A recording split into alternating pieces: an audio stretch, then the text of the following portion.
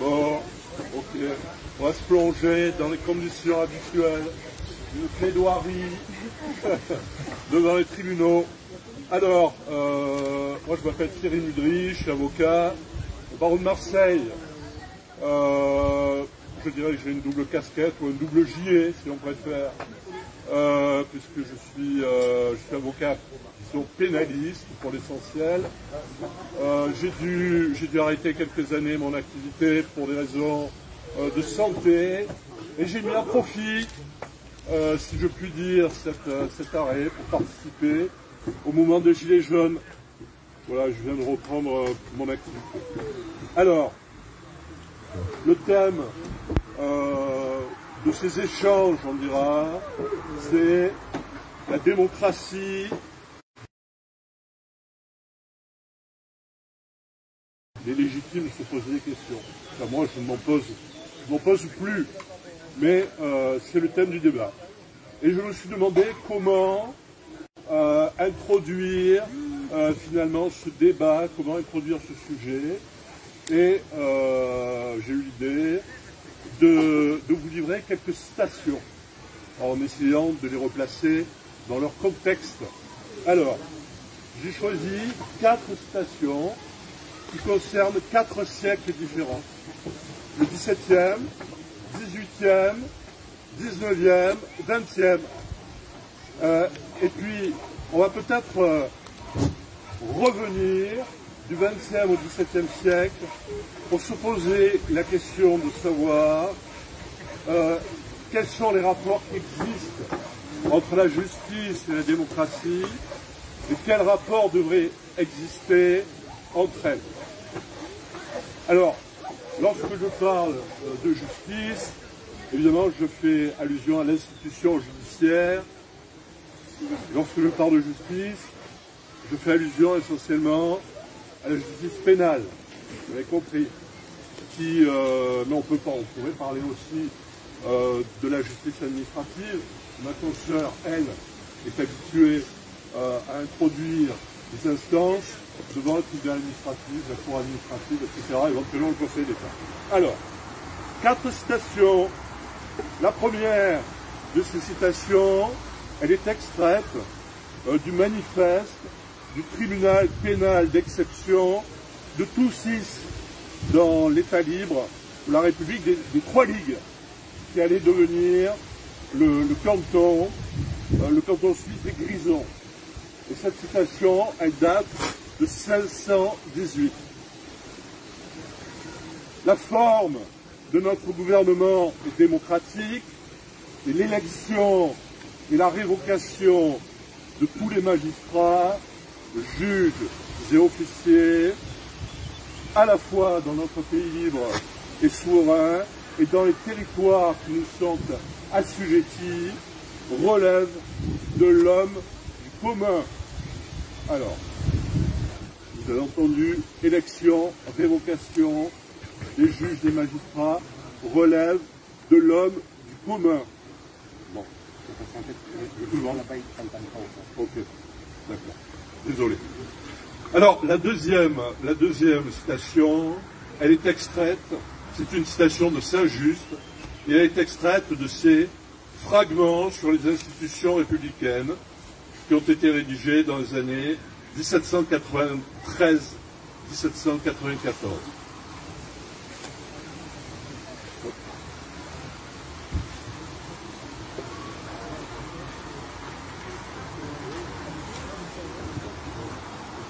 Que disait Saint-Just? Je le cite, « Quiconque est magistrat n'est plus du peuple. Il ne peut entrer dans le peuple aucun pouvoir individuel. Si les autorités faisaient partie du peuple, elles seraient plus puissantes que lui. Les autorités ne peuvent affecter aucun rang dans le peuple. Elles n'ont de rang que par rapport aux coupables et aux lois.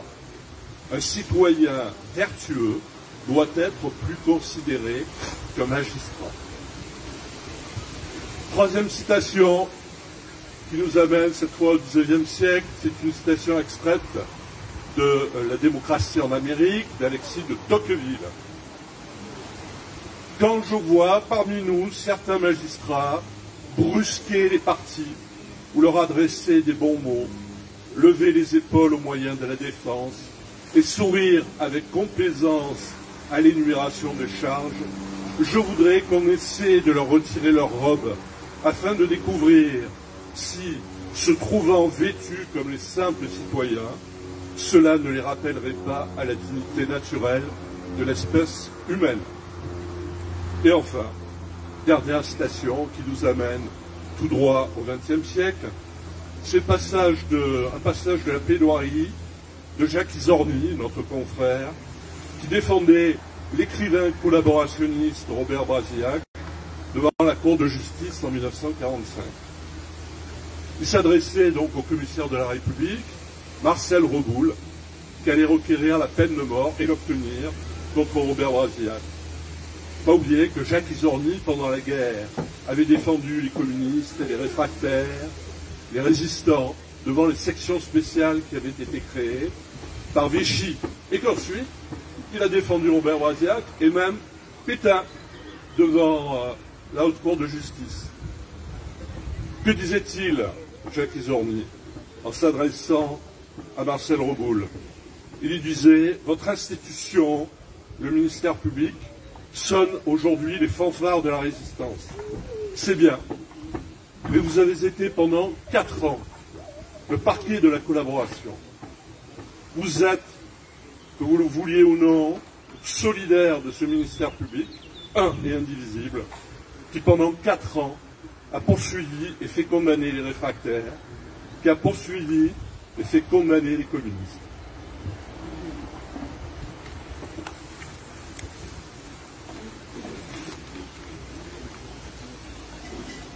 Et quand je songe que bien souvent les Allemands choisissaient leurs otages parmi ceux que votre ministère public avait fait condamner, je ne vous reconnais plus le droit d'invoquer les victimes ni de prendre leur défense. C'est moi qui ai le droit, au contraire, de me tourner vers elles. C'est moi qui ai le droit d'en appeler aux victimes. J'ai le droit d'en appeler aux veuves. J'ai le droit d'en appeler aux mères crucifiées et aux enfants orphelins. J'ai le droit d'en appeler à cette foule immense qui, pendant des mois interminables, a accompli un douloureux pèlerinage aux portes de vos prisons. J'ai le droit de me tourner vers elles et de leur demander de quoi avez-vous le plus souffert? Des écrits d'un journaliste ou des actes d'accusation aujourd'hui impitoyables et qui sont marqués d'une manière indélébile dans votre douleur et dans votre sang. Voilà, mesdames et messieurs, 4 citations qui, me semble-t-il, permettront, je le pense, d'éclairer nos débats. Si nous partons du XXe siècle pour remonter au XVIIe siècle, nous constatons, je serai peut-être un petit peu brutal, que la justice n'est pas le rempart de la démocratie, parce que la justice, en particulier la justice pénale, en tant que crise, la justice pénale en tant que crise, elle est l'instrument du pouvoir, quel qu'il soit. Je vous ai parlé de Marcel Reboul. Marcel Reboul, donc, qui a demandé la mort et qui a obtenu la mort de Robert Brasillac.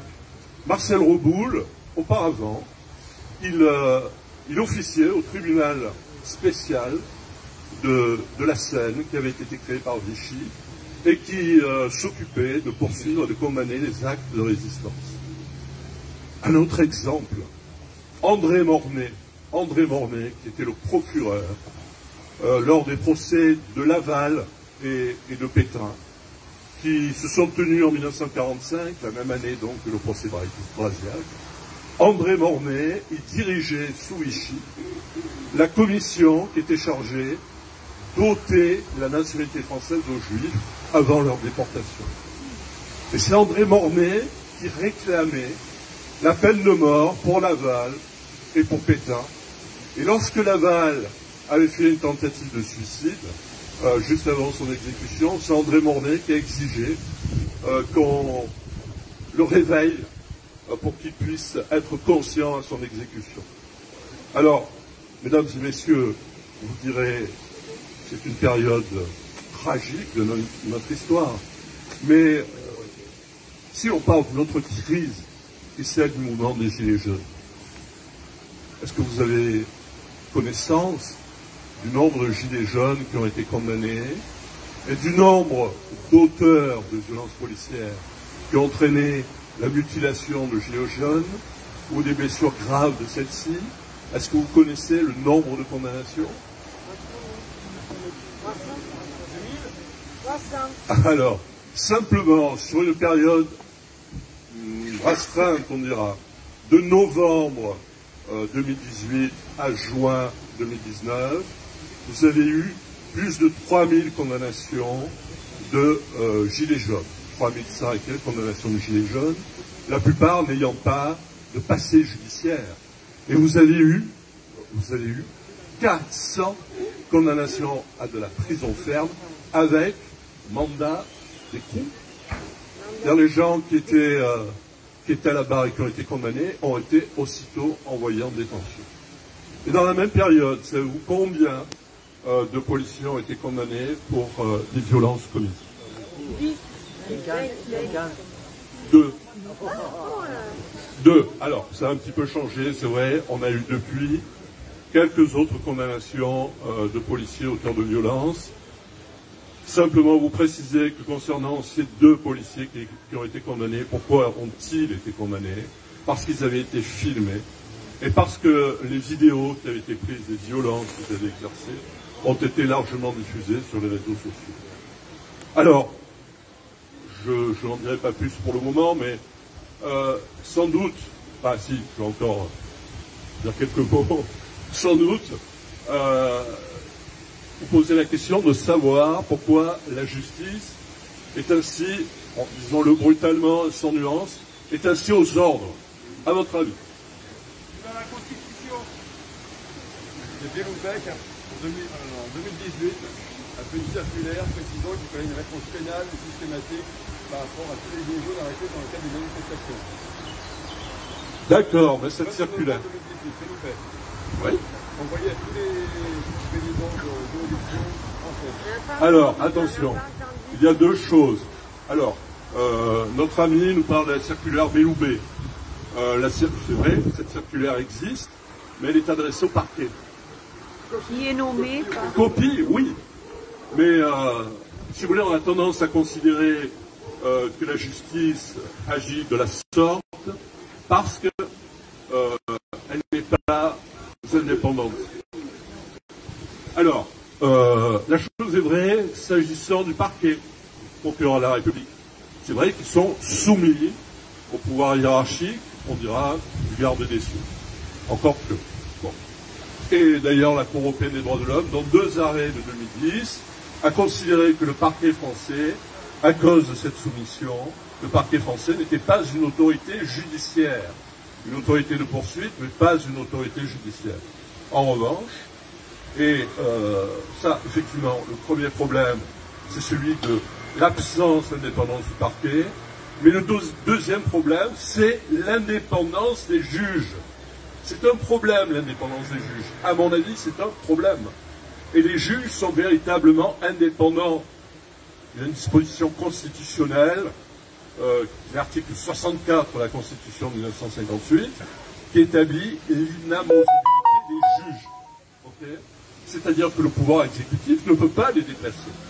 Et puis, le pouvoir disciplinaire, le pouvoir de nomination, de révocation est exercé par le Conseil supérieur de la magistrature, où ne siège ni le président de la République, ni le garde des Sceaux, ni aucun représentant du pouvoir exécutif. Le problème de l'indépendance des juges, on pourra en reparler et échanger sur ce sujet, c'est que cette indépendance n'est pas un gage d'impartialité et que, deuxièmement, cette indépendance, elle est synonyme d'irresponsabilité.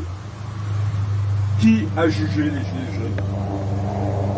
Ce ne sont pas les procureurs, ce sont les juges.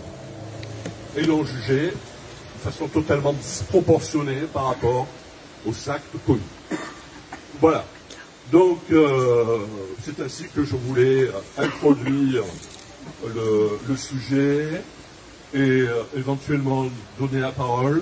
Peut-être ma consoeur voudrait rajouter quelque chose. Rebonjour à tous. Alors, je vais me présenter d'abord. Il me tient à cœur de vous présenter mon parcours parce que ça pourrait très bien être le vôtre, celui de vos enfants. Moi, je quitte l'école en 3e. Donc autant vous dire que je n'ai pas fait d'études. Je quitte l'école en 3e et mon premier job, c'est caissière à Intermarché, Madame Marie Lévis, en Seine-et-Marne. Je quitte l'école relativement jeune, mais il y a une chose qui ne m'a jamais quittée, c'est d'être citoyenne. J'ai toujours milité, toujours. Je vous l'ai dit, je suis fille de quartier, j'ai milité dans les quartiers, et c'est ce militantisme qui me permet, 20 ans plus tard, de valider mes acquis et d'intégrer directement la licence administration publique de l'Université d'Avignon sans jamais avoir mis les pieds au lycée, sans jamais avoir mis les pieds sur la fac en 2 premières années de droit. Je me défonce, je suis militante, et aujourd'hui vous avez devant vous une avocate militante, vous ne se refait pas. J'en viens à la question qui vous est posée aujourd'hui, ou qui nous est posée ensemble, la démocratie, la justice, dernier rempart à la démocratie, point d'interrogation. La démocratie, c'est le gouvernement du peuple, par le peuple, pour le peuple. Donc, si je devais répondre de manière assez tranchée à cette question, je vous dirais que, ben non, c'est le peuple le dernier rempart à la démocratie. C'est le peuple qui assure ce système.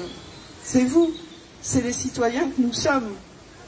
La justice, elle n'est là que pour le réguler, pour réguler ses effets, pour que nous puissions vivre tous en démocratie. La justice, elle n'est qu'un accessoire de la réalisation de ce régime politique qui, en réalité, nous appartient à nous et rien qu'à nous.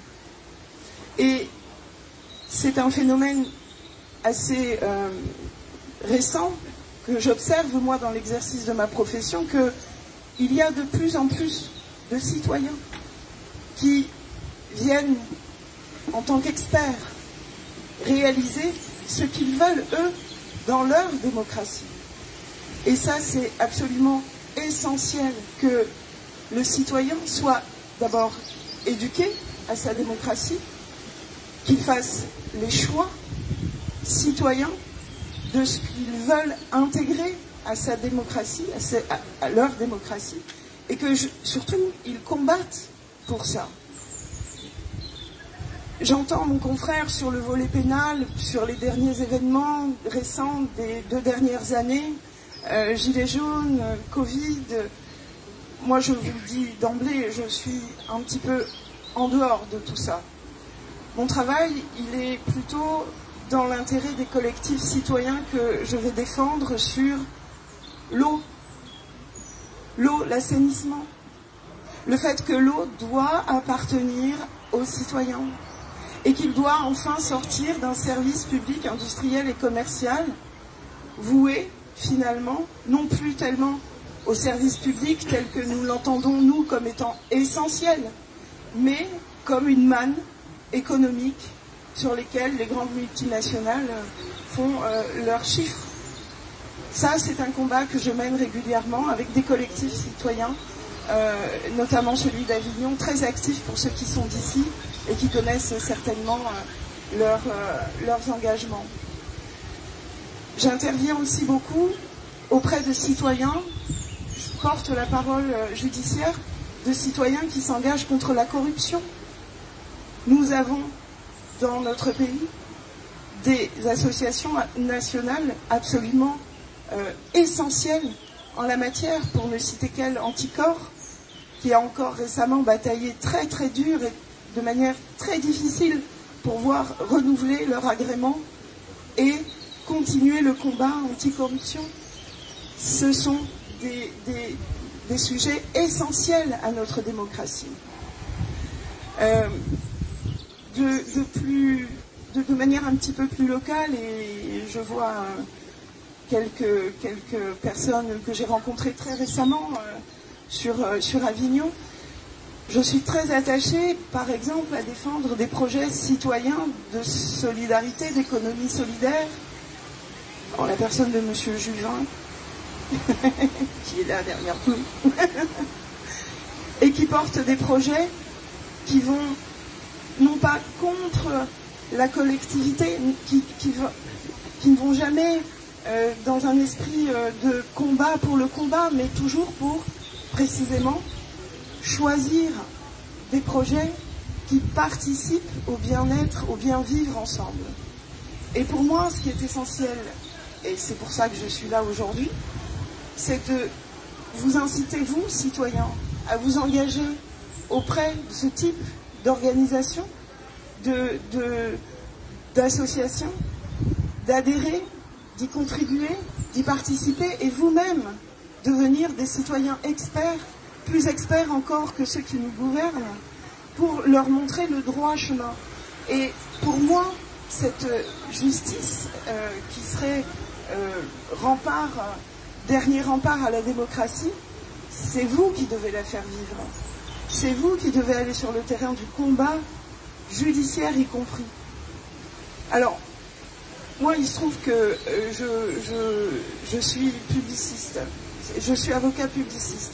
Tous les recours que je peux engager, ou 80% des recours que j'engage, sont administratifs.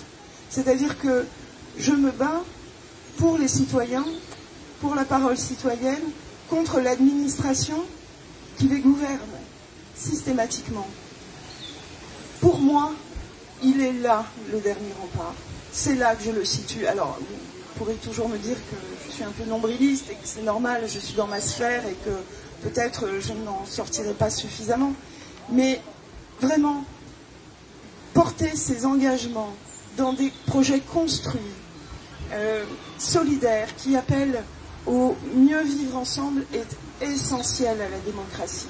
Et c'est ça, de mon point de vue, le dernier rempart qui doit vous préoccuper et qui doit absolument vous amener à vous engager sur des projets qui vous tiennent à cœur, des sujets.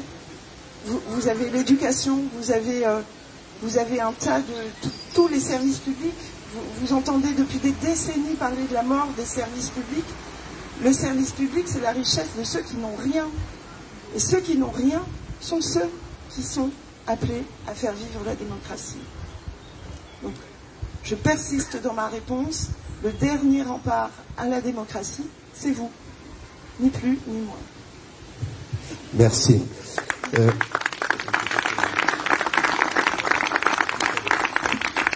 J'ai oublié de signaler, parce qu'en fait, il y avait aussi 2 autres ateliers. C'est le réfractaire qui va commencer, qui est juste derrière nous.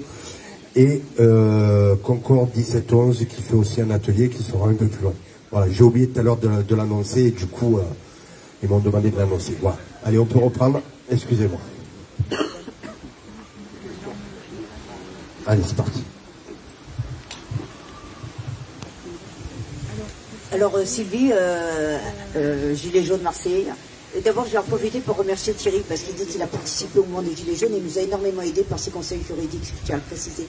Moi, je voudrais revenir sur quelque chose que tu as dit parce que c'est une interrogation. On dit toujours que les juges, surtout là, ça revient couramment là par rapport à je mets des guillemets à la petite délinquance. Hein. C'est pas un jugement, c'est simplement. On dit toujours qu'ils ont un regard idéologique et qu'ils ont tendance à toujours travailler sur la politique de l'excuse pour laisser les gens en liberté conditionnelle. Et moi, quand j'ai assisté effectivement aux comparutions immédiates pour des gilets jaunes qui avaient été arrêtés pendant les manifestations du samedi, systématiquement, il y avait des jeunes qui comparaissaient en même temps que vol à l'arraché, des fois avec violence, qui étaient multirécidivistes et qui étaient remis en liberté conditionnelle. Et la question, c'est celle que tu posais, comment peut-on expliquer que des juges qui théoriquement effectivement sont indépendants aient pu condamner aussi lourdement les gilets jaunes que les procureurs aient requis? On comprend bien, c'était la consigne gouvernementale.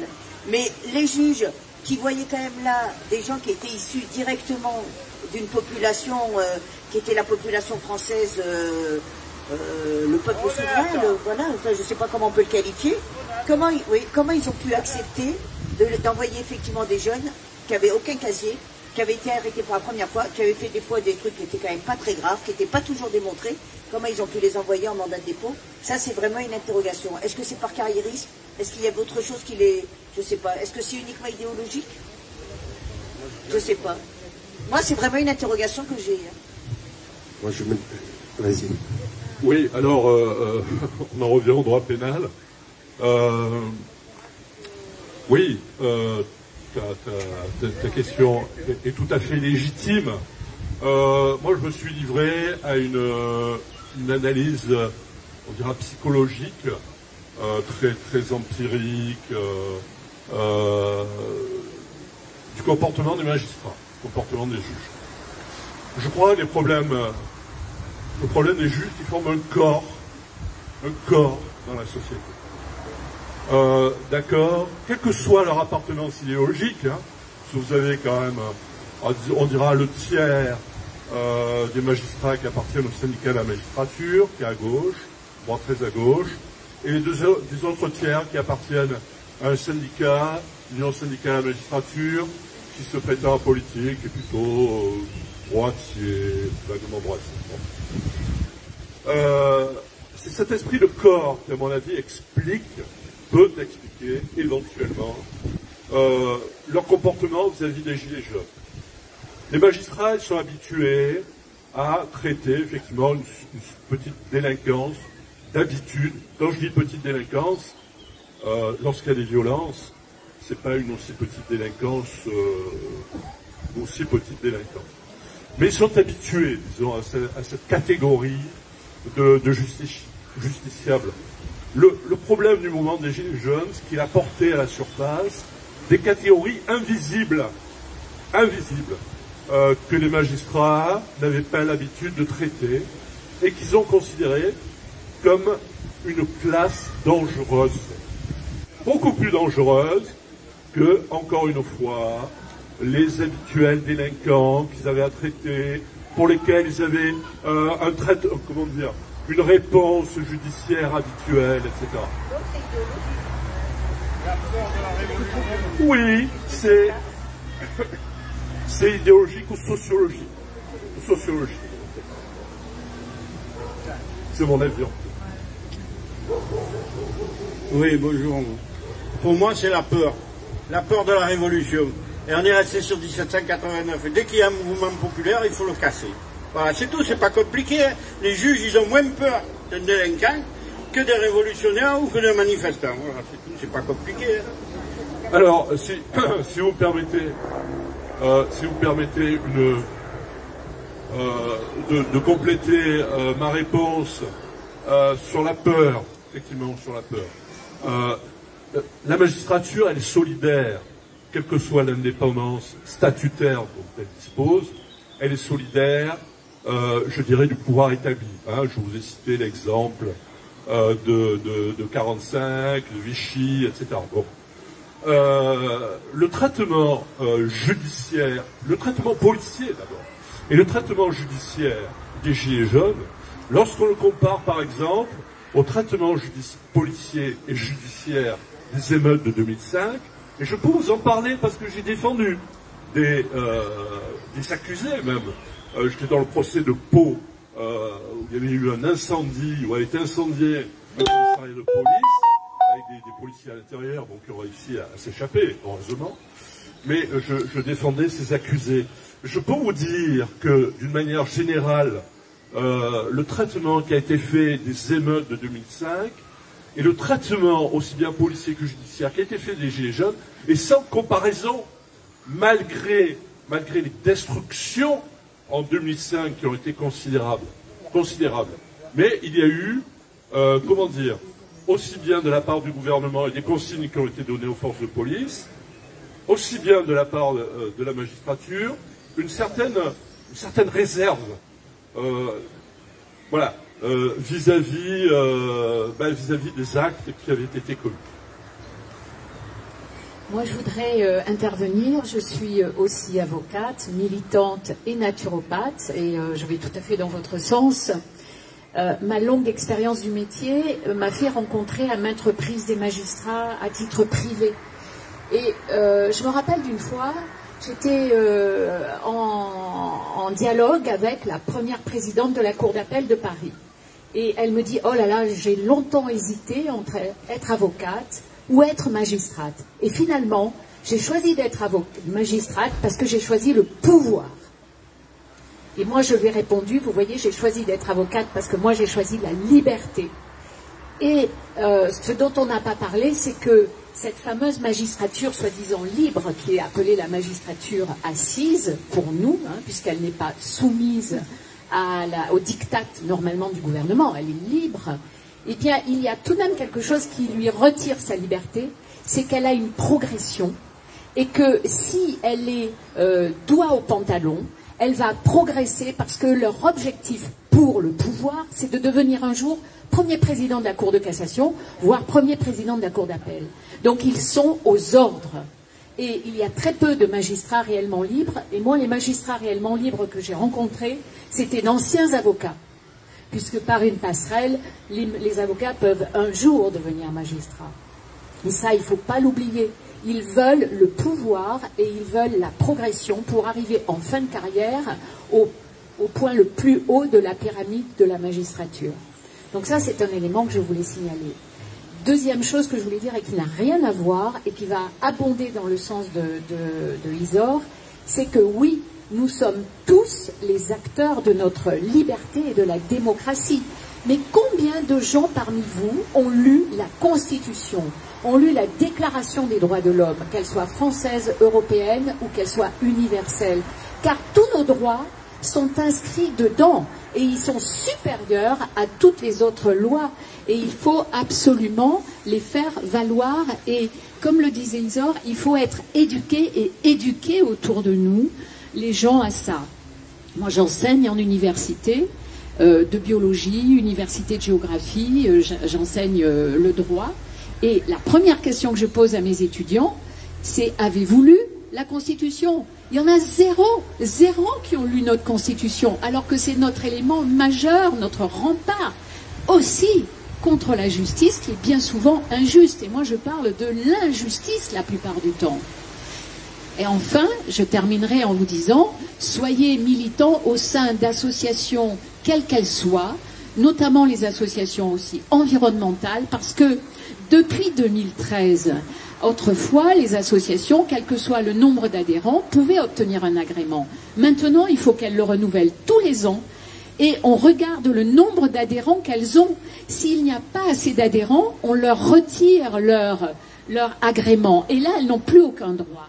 Donc c'est très important. Et enfin, pour avoir milité pendant des années dans une association environnementale que je défendais, eh bien, on se retrouvait en général à 3, 4 ou 5 à être actifs.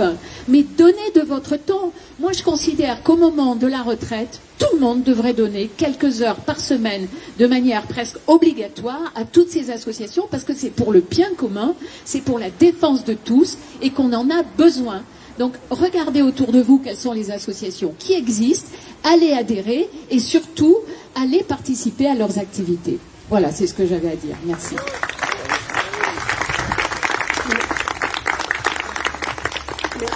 Merci, concert. Un mot pour rebondir sur ce que vous venez de dire. En tant qu'avocat, l'indépendance du juge ou pas n'est pas mon propos. Je m'en fous de savoir si le juge est indépendant ou pas. Tout simplement parce que ma liberté d'avocat, ma pugnacité d'avocat, fait que c'est moi qui lui dicte le droit. Sans moi, le juge ne rend pas de décision. Sans moi, il ne rend pas de jurisprudence. Ce n'est pas le juge qui fait la jurisprudence, c'est l'avocat. Comment? Les avocats, c'est quand même le juge qui envoie les gilets jaunes en prison. Oui, mais... Et pourtant, ils ont eu des bons avocats, des fois. Mais nous sommes d'accord, on est sur un phénomène tellement extraordinaire. Les gilets jaunes, c'est un phénomène extraordinaire qui appelle une politique pénale extraordinaire. Ça, c'est... Je veux dire, quand on a compris ça, on a compris que la politique pénale, si elle devait être modifiée, elle ne le sera que par vous. Parce que la politique pénale, qui la vote? Les parlementaires que vous élisez. Mais nous serons d'accord là-dessus, consoeurs. Notre liberté fait que, indépendant ou pas, c'est moi qui dis le droit. au juge. Il me donne raison. Ils l'ont jugé de façon totalement disproportionnée par rapport au sac connu. Voilà. Donc, c'est ainsi que je voulais introduire le sujet et éventuellement donner la parole. Peut-être ma conscience peut rajouter quelque chose.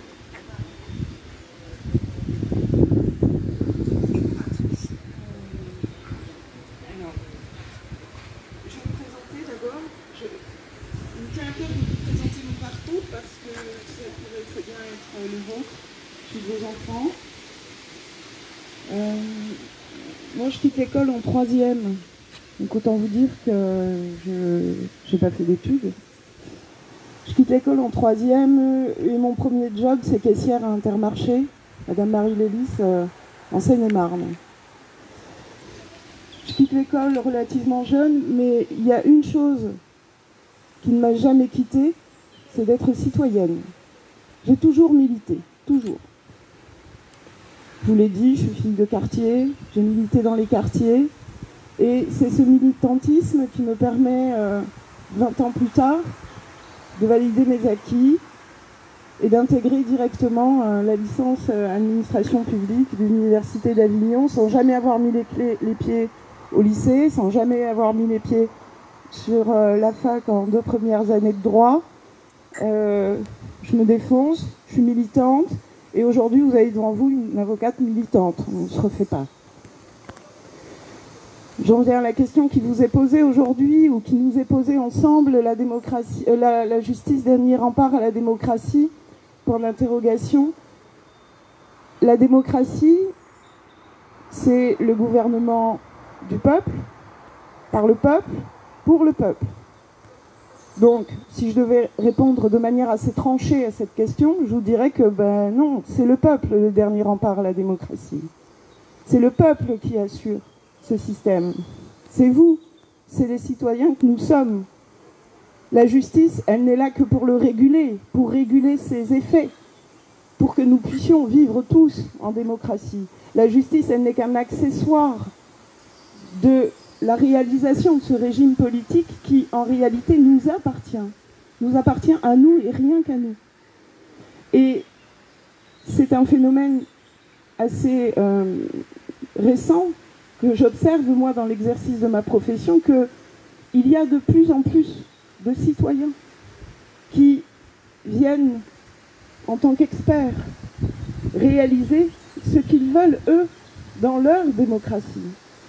Et ça, c'est absolument essentiel que le citoyen soit d'abord éduqué à sa démocratie, qu'il fasse les choix citoyens de ce qu'ils veulent intégrer à sa démocratie, à leur démocratie, et que surtout, ils combattent pour ça. J'entends mon confrère sur le volet pénal, sur les derniers événements récents des 2 dernières années, Gilets jaunes, Covid. Moi, je vous le dis d'emblée, je suis un petit peu en dehors de tout ça.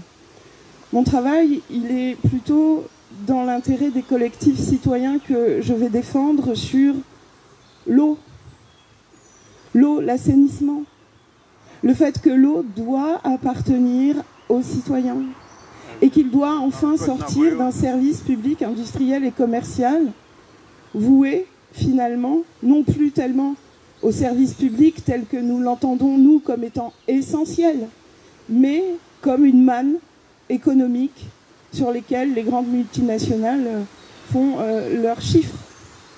Ça, c'est un combat que je mène régulièrement avec des collectifs citoyens, notamment celui d'Avignon, très actif pour ceux qui sont d'ici et qui connaissent certainement leurs engagements.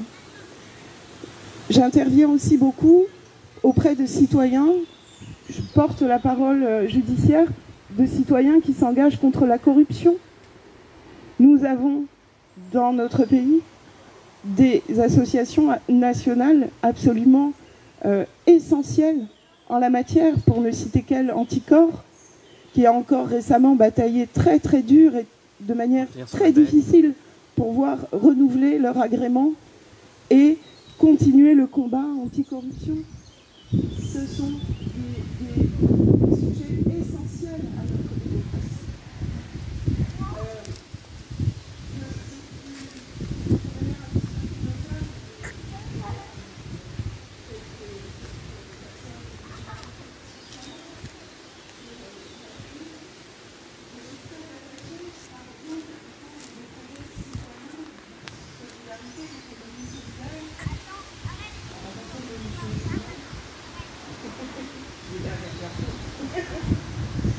Et qui portent des projets qui vont non pas contre la collectivité, qui ne vont jamais dans un esprit de combat pour le combat, mais toujours pour précisément choisir des projets qui participent au bien-être, au bien-vivre ensemble. Et pour moi, ce qui est essentiel, et c'est pour ça que je suis là aujourd'hui, c'est de vous inciter, vous, citoyens, à vous engager auprès de ce type d'organisation, d'associations, d'adhérer, d'y contribuer, d'y participer et vous-même devenir des citoyens experts, plus experts encore que ceux qui nous gouvernent, pour leur montrer le droit chemin. Et pour moi, cette justice qui serait dernier rempart à la démocratie, c'est vous qui devez la faire vivre. C'est vous qui devez aller sur le terrain du combat, judiciaire y compris. Alors, moi, il se trouve que je suis publiciste. Je suis avocat publiciste. Tous les recours que je peux engager, ou 80% des recours que j'engage, sont administratifs. C'est-à-dire que je me bats pour les citoyens, pour la parole citoyenne, contre l'administration qui les gouverne. Et on a une excellente justice administrative, un très bon système napoléonien du reste. Enfin, qui avait déjà commencé sous l'Ancien Régime, hein, avec les parlements qui étaient les cours de justice, rappelons-le. Mamie, tu es là, mamie Nénette.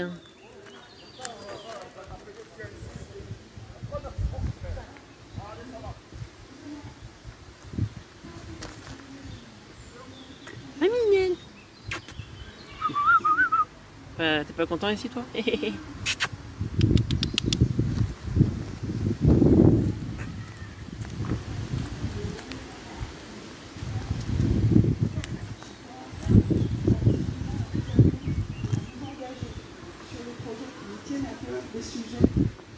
Vous avez l'éducation, vous avez un tas de tous les services publics. Vous entendez depuis des décennies parler de la mort des services publics. Le service public, c'est la richesse de ceux qui n'ont rien. Et ceux qui n'ont rien sont ceux qui sont appelés à faire vivre la démocratie. Donc, je persiste dans ma réponse. Le dernier rempart à la démocratie, c'est vous. Ni plus, ni moins. Merci. Il a encore du répondant, lui. Hein. J'ai oublié de signaler, parce qu'en fait, il y avait aussi 2 autres ateliers. C'est le réfractaire qui va commencer, qui est juste derrière nous, et Concorde 1711, qui fait aussi un atelier qui sera un peu plus loin. Voilà, j'ai oublié tout à l'heure de l'annoncer, et du coup, ils m'ont demandé de l'annoncer. Voilà. Allez, on peut reprendre. Excusez-moi. Allez, c'est parti. Alors Sylvie, Gilets jaunes Marseille. D'abord, je vais en profiter pour remercier Thierry parce qu'il dit qu'il a participé au mouvement des Gilets jaunes et nous a énormément aidé par ses conseils juridiques, je tiens à le préciser. Moi, je voudrais revenir sur quelque chose que tu as dit parce que c'est une interrogation. On dit toujours que les juges, surtout là, ça revient couramment là par rapport à la, je mets des guillemets, à la petite délinquance. Hein. C'est pas un jugement, c'est simplement. On dit toujours qu'ils ont un regard idéologique et qu'ils ont tendance à toujours travailler sur la politique de l'excuse pour laisser les gens en liberté conditionnelle. Et moi, quand j'ai assisté effectivement aux comparutions immédiates pour des gilets jaunes qui avaient été arrêtés pendant les manifestations du samedi, systématiquement, il y avait des jeunes qui comparaissaient en même temps que vol à l'arraché, des fois avec violence, qui étaient multirécidivistes et qui étaient remis en liberté conditionnelle. Et la question, c'est celle que tu posais, comment peut-on expliquer que des juges qui théoriquement effectivement sont indépendants aient pu condamner aussi lourdement les gilets jaunes que les procureurs aient requis? On comprend bien, c'était la consigne gouvernementale. Mais les juges qui voyait quand même là des gens qui étaient issus directement d'une population qui était la population française, le peuple souverain, voilà, enfin, je ne sais pas comment on peut le qualifier. Comment ils ont pu accepter d'envoyer effectivement des jeunes qui n'avaient aucun casier, qui avaient été arrêtés pour la première fois, qui avaient fait des fois des trucs qui n'étaient quand même pas très graves, qui n'étaient pas toujours démontrés. Comment ils ont pu les envoyer en mandat de dépôt? Ça, c'est vraiment une interrogation. Est-ce que c'est par carriérisme? Est-ce qu'il y a autre chose qui les... Je ne sais pas. Est-ce que c'est uniquement idéologique? Je ne sais pas. Moi, c'est vraiment une interrogation que j'ai. Moi, c'est même... Vas-y. Oui, alors, on en revient au droit pénal. Oui, ta question est tout à fait légitime. Moi, je me suis livré à une analyse on dira, psychologique, très, très empirique, du comportement des magistrats, du comportement des juges. Je crois que le problème des juges qui forment un corps dans la société. D'accord, quelle que soit leur appartenance idéologique, hein, parce que vous avez quand même, on dira le tiers des magistrats qui appartiennent au syndicat de la magistrature, qui est à gauche, voire très à gauche, et les des autres tiers qui appartiennent à un syndicat, l'Union syndicale de la magistrature, qui se prétend politique et plutôt droitier, c'est cet esprit de corps qui, à mon avis, peut expliquer éventuellement leur comportement vis-à-vis des gilets jaunes. Les magistrats, ils sont habitués à traiter effectivement une petite délinquance d'habitude. Quand je dis petite délinquance, lorsqu'il y a des violences, c'est pas une aussi petite délinquance, Mais ils sont habitués, disons, à cette catégorie de justiciables.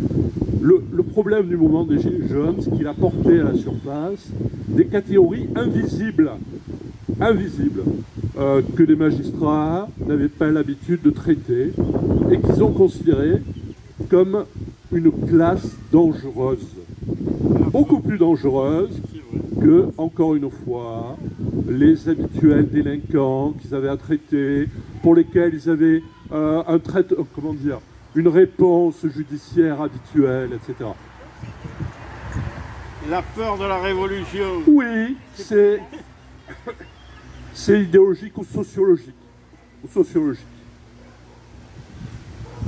C'est mon avis. Oui, bonjour. Pour moi, c'est la peur. La peur de la révolution. Et on est resté sur 1789. Et dès qu'il y a un mouvement populaire, il faut le casser. Voilà, c'est tout, c'est pas compliqué. Hein. Les juges, ils ont moins peur d'un délinquant que des révolutionnaires ou que d'un manifestant. Voilà, c'est tout, c'est pas compliqué. Hein. Alors, si vous me permettez, de compléter ma réponse sur la peur, effectivement, sur la peur.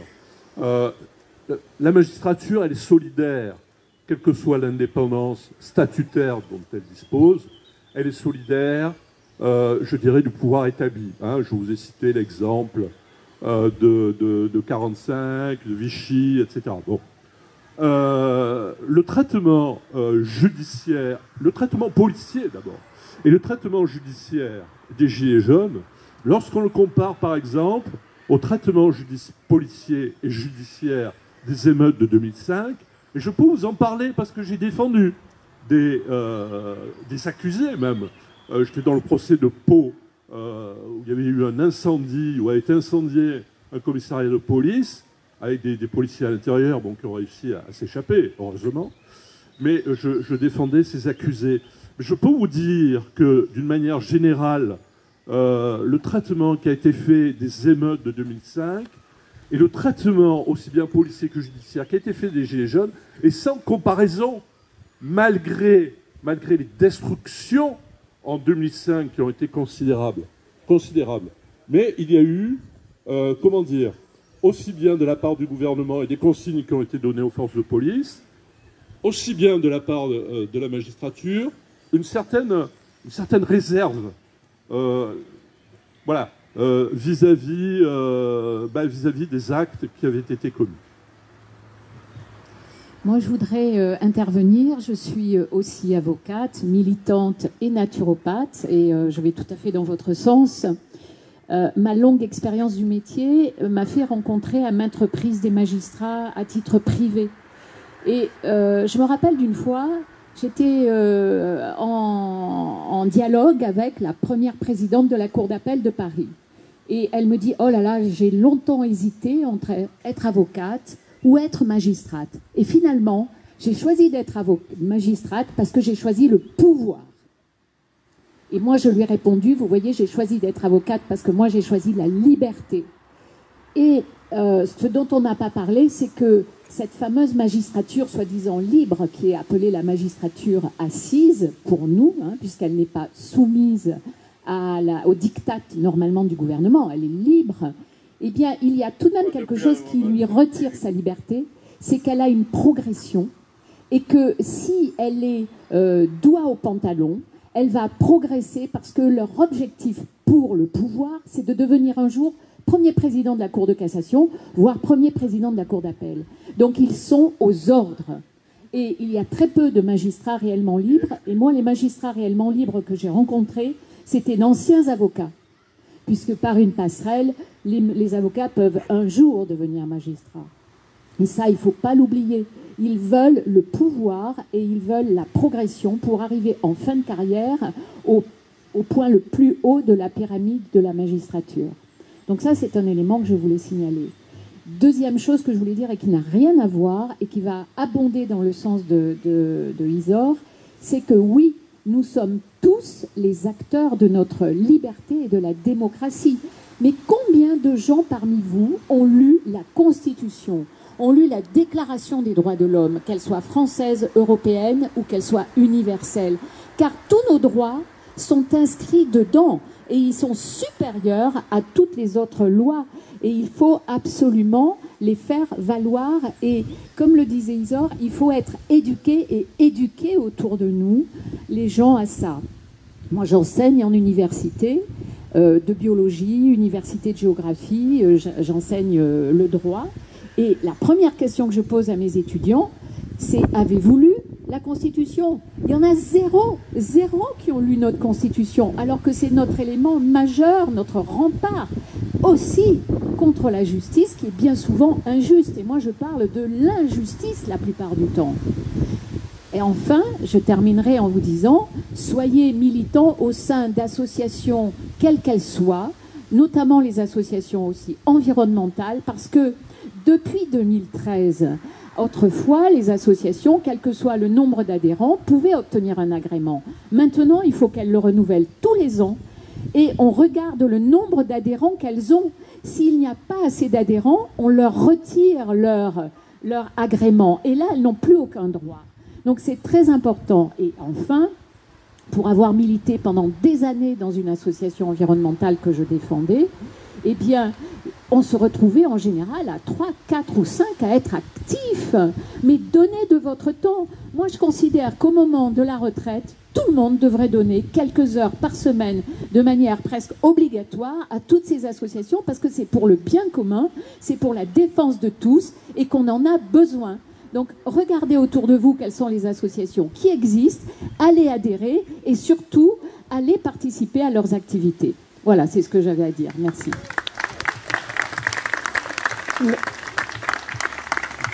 Merci. Merci, consoeur. Un mot pour rebondir sur ce que vous venez de dire. En tant qu'avocat, l'indépendance du juge ou pas n'est pas mon propos. Je m'en fous de savoir si le juge est indépendant ou pas. Tout simplement parce que ma liberté d'avocat, ma pugnacité d'avocat, fait que c'est moi qui lui dicte le droit. Sans moi, le juge ne rend pas de décision. Sans moi, il ne rend pas de jurisprudence. Ce n'est pas le juge qui fait la jurisprudence, c'est l'avocat. Comment ? Oui, mais nous sommes d'accord, on est sur un phénomène tellement extraordinaire. Les Gilets jaunes, c'est un phénomène extraordinaire qui appelle une politique pénale extraordinaire. Ça, c'est... Je veux dire, quand on a compris ça, on a compris que la politique pénale, si elle devait être modifiée, elle ne le sera que par vous. Parce que la politique pénale, qui la vote? Les parlementaires que vous élisez. Mais une loi, aussi limpide qu'elle soit, pour rendre sa décision. En fait, je pense des illusions sur votre métier, Non. car vous avez en face de vous le procureur, vous êtes en face du procureur, mais c'est le juge qui décide, et le juge, vous l'avez très bien dit, il a peur, il veut le pouvoir, et il est carriériste. Non. Et donc on a une chance sur 3, je dirais, de tomber sur une juge plutôt jeune, qui n'est pas encore carriériste, mais qui veut appliquer le droit, qui croit en ce qu'elle fait. Donc on a une chance sur 3 d'avoir un juge de ce style, ou bien un juge en fin de carrière qui n'a pas rien à faire de sa carrière, qui a derrière lui. Pareil pour un procureur. Moi j'ai eu un procureur gaucho fin de carrière, il voulait entrer en mode relax. Donc ensuite, vous êtes en face du procureur, vous n'êtes pas, c'est pas vous qui faites la jurisprudence, c'est le juge qui fait la jurisprudence. Je suis désolé de vous le dire. Et donc, non, vous êtes le contradicteur du procureur. Et donc, vous faites des illusions parce que... C'est un débat contradictoire. Si vous faisiez la jurisprudence, vous avez le procès d'Étinger. Vous avez eu des avocats de merde, je suis désolé de vous le dire. Ce procès d'Étinger a été une horreur absolue, car grâce à ce procès, on a pu inverser le cours des choses des Gilets jaunes, qui avaient été défendus par des avocats qui n'étaient pas télécommandés pour péter ce procès. D'Étinger, je l'ai récupéré à la piculière sur un rond-point il y a quelques temps. J'ai proposé à Ron Branco de faire la grosse caisse par rapport à son procès civil, où maintenant les policiers lui réclament 40 000 €, alors qu'il a protégé une femme qui était écrabouillée par un CRS, il s'est interposé, il s'en est pris plein la gueule, il avait 1 an de prison sur le dos. Et il ne voudrait pas me dire que les avocats l'ont bien défendu. Les avocats, ce sont des merdes, je suis désolé de vous le dire, parce que justement... On y est. Alors, stop monsieur, je vais vous répondre. Vous allez voir. Je vais vous répondre. Alors déjà, monsieur s'il vous plaît. Je vous provoque. Monsieur, s'il vous plaît. Vous êtes avocat. Je suis avocat. Je suis en cause. Et en tant qu'avocat, et en tant que citoyenne, je dis ce que je veux. Ça, c'est la première chose. D'accord? Comme vous dites ce que vous voulez, moi, je dis ce que je veux. Que vous veniez remettre en question l'indépendance des juges, etc., c'est pas mon propos. Moi, c'est pas mon propos. Je défends des citoyens. Gilets jaunes, pas gilets jaunes, en tout cas des citoyens engagés. D'accord? Et lorsque je les défends, c'est moi qui amène le droit au juge. Il me donne raison ou pas. Il me donne raison ou pas. Je connais le droit. Il me donne raison ou pas. N'empêche que c'est quand même moi qui l'a fait la jurisprudence. Que vous le vouliez ou non. Alors après, que vous rapportiez un cas d'espèce pour en faire une généralité, ça vous regarde. Mais c'est ça, moi, ma victoire. C'est celle-là que vous devez engager. Vous parlez de référé, mais je parle de correctionnel. Oui, le correctionnel, c'est une politique pénale qui répond à un phénomène sociétal.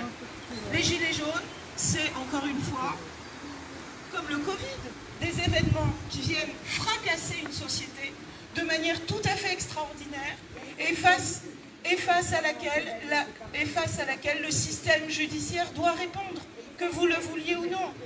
Parce que, monsieur, et j'en terminerai par là, une fois que vous avez tiré ce constat, une fois que vous avez tiré le constat que les juges ne sont pas indépendants, on fait quoi? On fait quoi? On réforme la justice. Vous avez voilà, hier... on réforme la justice, on va voter aux élections de nos députés qui sont appelés à voter. C'est ça l'engagement. Les dés sont pipés, comme les syndicats sont pipés. Mais quand vous dites tout est ça, pourri monsieur, dans le système mais parce que le poisson pourrit par la monsieur, tête. Monsieur, Alors, lorsque vous avez dit ça, qu'est-ce qu'on fait? Eh bien, je vous propose ce qu'on va faire. Attendez, si vous permettez d'intervenir. Ma consoeur intervient devant les juges administratifs. L'enjeu, judiciaire aussi, mais en grande partie devant les juges administratifs. La réponse des juges administratifs, elle est différente de celle des juges pénaux. Moi, pour ma part, je ne suis pas publiciste, mais il m'est arrivé de saisir le juge administratif en référé liberté. Et souvent, le juge administratif m'a donné raison lorsqu'il s'agissait d'interdiction de manifestation par le préfet ou par le maire. Alors, attention, il faut savoir distinguer. D'abord, le sens de la nuance.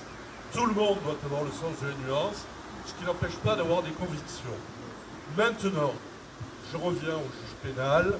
Je n'ai aucune confiance dans le juge pénal en règle générale, bien qu'il soit arrivé devant des interlocuteurs qui soient des gens d'une parfaite honnêteté intellectuelle.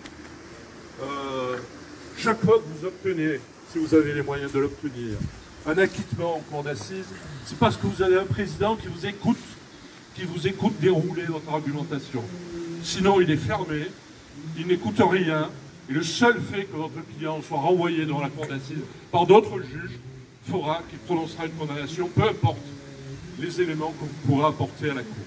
Accusé le VV. Alors maintenant, pardonnez-moi, maintenant, lors de mon intervention, j'ai cité un extrait du manifeste du tribunal d'exception de la République des Trois Ligues en Suisse, parce qu'elle est devenir la Suisse, le canton de Grisons.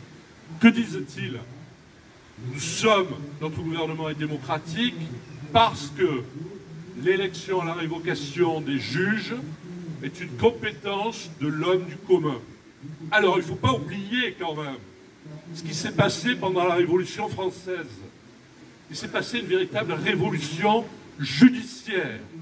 D'accord, en 1789, lorsque le roi a convoqué les États généraux, les Français, jusque dans la plus lointaine des paroisses, ont rédigé, tout au moins, disons, l'intellectuel du lieu, sous la dictée des habitants, ont rédigé des cahiers de doléances.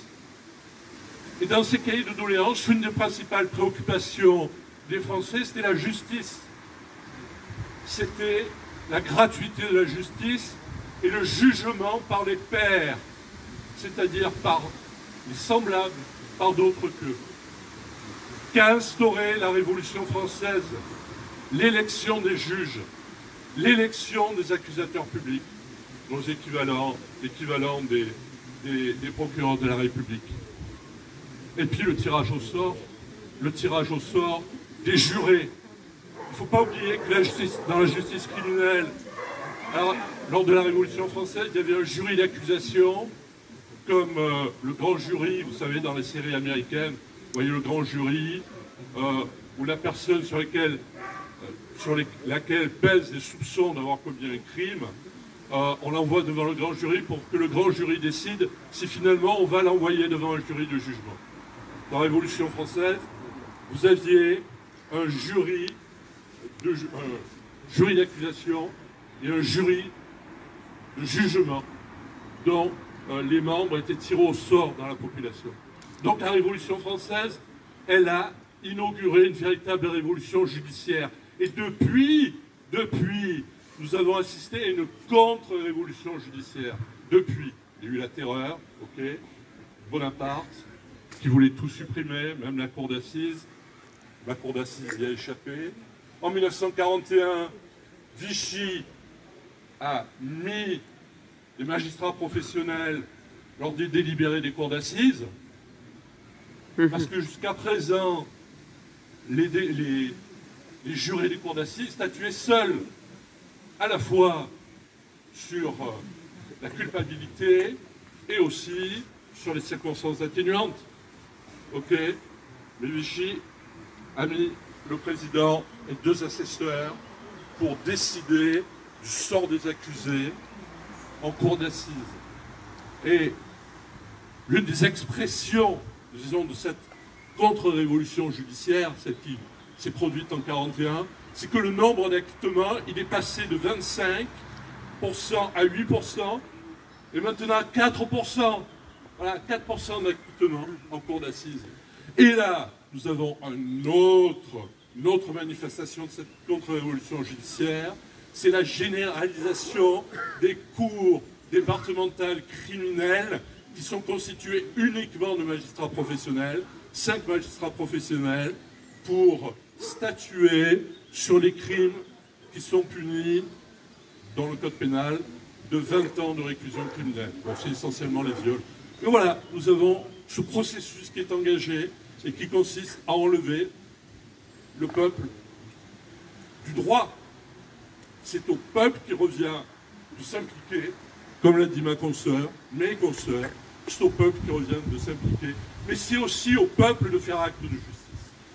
En 1793, il était prévu que les juges soient élus par le peuple. C'est marqué en 1793, je ne suis pas sûr que ce soit abrogé. Première chose. Deuxième chose, il faut savoir qu'il y a l'inspection générale de la justice maintenant qui met une pression incroyable sur les juges. Et troisième chose que je voudrais dire avant qu'on me coupe la parole, et donc c'est je ne peux pas parler. Donc laissez-moi terminer ma troisième chose. Simplement la troisième chose, c'est que hier, Emmanuel Macron a déclaré l'ouverture des états généraux de la justice. Il faut que nous arrivions à rentrer dedans, ces états généraux, pour réformer la justice et imposer des juges et des magistrats élus, c'est-à-dire aussi bien le juge du siège que les procureurs doivent être élus par le peuple. Et avec ça, on arrivera à combattre la corruption, car le problème de la France en ce moment, c'est une corruption sournoise qui ne se voit pas, qui est, contrairement en Italie, ça se voit pas en France. En Italie, vous avez des juges qui sont assassinés parce qu'ils font leur boulot. En France, on n'a pas de juges assassinés parce qu'ils ne font pas leur boulot. Je donne la parole. Voilà. Ça va être bref de toute façon. Moi, je voulais revenir sur ce que vous disiez. Je partage entièrement face à un mouvement d'exception. Le pouvoir, il met en place une justice d'exception. Ça se voit là, ça s'est vu avec je sais pas, il y a une vingtaine d'années avec les terroristes, qu'ils soient corse ou basques, où on a mis en place justement des professionnels, quoi. C'était plus la cour d'assises, c'était plus des citoyens tirés au sort, c'était des professionnels qui statuaient sur le... Voilà, donc c'est obligé que, face à un mouvement on ne sait pas où ça va s'arrêter, la première des comment dire, pas des barricades, mais des barrières que va mettre le pouvoir, c'est d'essayer de contrôler et de faire peur aux gens qui interviennent. Mais il y a un sujet sur lequel on n'a pas évoqué, je pense, qui est très important dans les jugements qui sont rendus, c'est la presse, quoi. Parce que c'est l'influence de la presse sur le juge, sur la décision que va rendre le juge. Ça vaut dans tous les procès. Bon, là, en l'occurrence, pour les gilets jaunes, avec les actions qui sont menées, le juge, il ne sait pas si... je suis l'avocat de personne, hein, attention. Je dirais, il ne sait pas plus sur un rond-point ce qui se passe, etc. etc. Il a surtout les comptes rendus par la presse, qu'elle soit télévisuelle ou papier. Et c'est flagrant, mais dans tous les domaines. Bon, pour les gilets jaunes, bien sûr, mais même avant. Enfin, pour connaître quelques personnes qui sont passées en justice, que ce soit en correctionnel ou en assise, on a toujours essayé d'influencer la presse par rapport aux affaires, surtout de grand banditisme, de manière à ce que le juge ait la meilleure considération possible des prévenus, quoi. Vous voyez, et c'est très très important, je pense, l'image qui est donnée, du mouvement des Gilets jaunes, bien entendu, elle est défavorable. Enfin, je parle dans l'image, hein, elle plaide en sa défaveur, et par conséquent, les jugements qui sont rendus, ils vont dans ce sens, à moins d'avoir des avocats qui, comme vous le disiez, arrivaient à dérouler un argumentaire qui venait prendre le contre-pied de ce qui pouvait être des a priori que pouvait avoir le juge ou le procureur.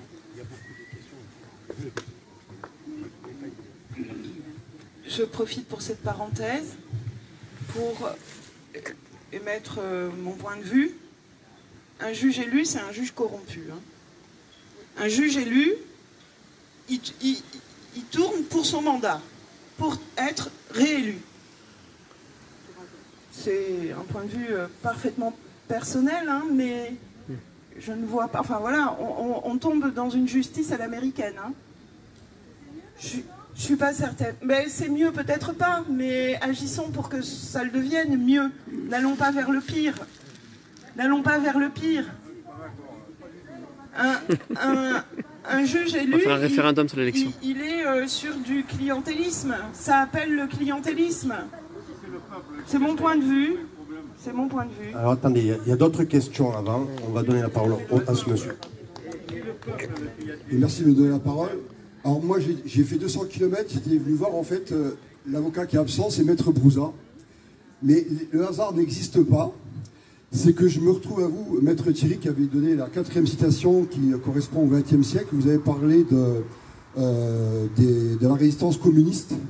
Et personnellement, alors, donc ça c'est vous qui avez cité ça. Et Maître Durand, qui s'appelle Maître Durand. Alors je vais vous dire pourquoi je dis ça. Parce qu'en fait, mon grand-père, je l'ai appris tout gosse, il est mort à Auschwitz. Il a été arrêté par la police française sous ordre du préfet. Parce que, et là je me réfère à ce monsieur qui a dit que l'État il avait peur des gilets jaunes. Je lui donne tout à fait raison.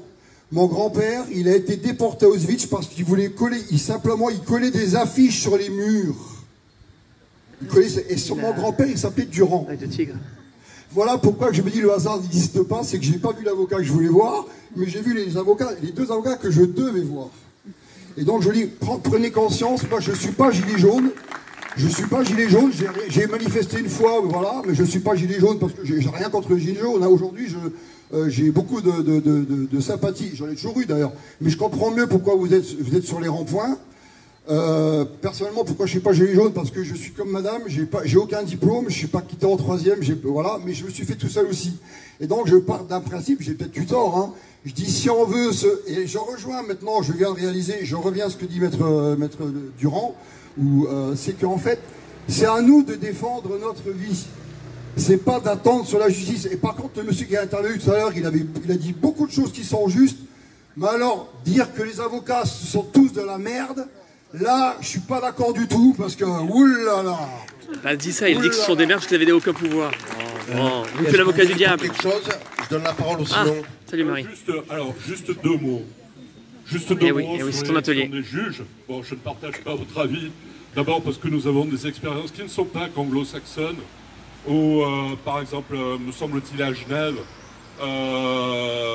les juges sont élus, me semble-t-il, mais dans un certain nombre d'autres contrées, les juges sont élus. Il n'y a pas plus de corruption qu'ailleurs. En outre, les juges ont été élus en France en 1790 et 1792.